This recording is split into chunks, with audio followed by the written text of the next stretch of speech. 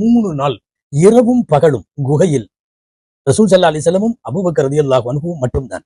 இங்க கவனிக்க வேண்டியது என்னன்னா, அந்த குகைக்குள்ள இருக்கிற 3 நைட்டு, 3 இரவும் 3 பகலும். யோசிச்சு பாருங்க, அல்லாஹ்வின் தூதர் இந்த முகத்தை தவிர வேற யார் முகத்தையும் பார்க்கல. சிந்தனை செய்யுங்கள், அபூபக்கர் ரலியல்லாஹு அன்ஹு ரசூலின் முகத்தை தவிர வேற யாரையும் பார்க்கல. பின்னாலே நபிகளாருக்கு பின் உம்மத்தின் தலைவராய், கலீஃபாவாய், இந்த உம்மத்தின் காரியத்தை பொறுப்பேற்க இருப்பவர்கள் அபூபக்கர் ரலியல்லாஹு அன்ஹு என்பதை அல்லாஹ் ஹிஜ்ரத்தினுடைய வழியில் இந்த 3 நாள் பிரயாணத்தின் போது சுட்டிக்காட்டி விட்டான். மார்க்கறிஞர்கள் எழுதுகிறார்கள், பின்னாலே கிலாஃபத்தும் இவருக்குத்தான் என்பதற்கு அந்த ஒரே ஒரு குகையின் 3 நாட்கள் தான் சாட்சி. அன்பானவர்களே, இது ஹுமா ஃபில் காரி இது யகூலு லி சாஹிபிஹி.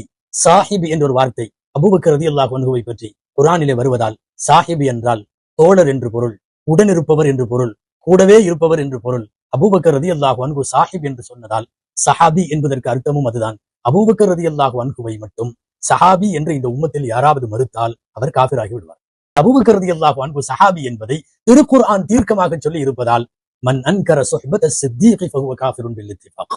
சித்தீக் ரலியல்லாஹு அன்ஹு அவர்களுடைய சுஹ்பத்தை சஹாபி என்பதை மறுத்தவன் காஃபிராகி விடுகிறான். குகைக்கு செல்லுவதற்கு முன்னாலும் குகைக்கு பின்னால் மதீனாவிலே கொண்டு போய் சேர்க்கிற வரையும் அபூபக்கர் ரலியல்லாஹு அன்ஹு பெற்ற தனித்துவங்கள் ஏராளம் ஏராளம். அநேகமாய் உலக வரலாற்றில் எந்த தலைமைக்கும் இப்படி ஒரு 2வது துணை கிடைத்திருக்கவே கிடைத்திருக்காது. அப்படிப்பட்ட மனிதருள் மாணிக்கம் தான் அபூபக்கர் ரலியல்லாஹு அன்ஹு.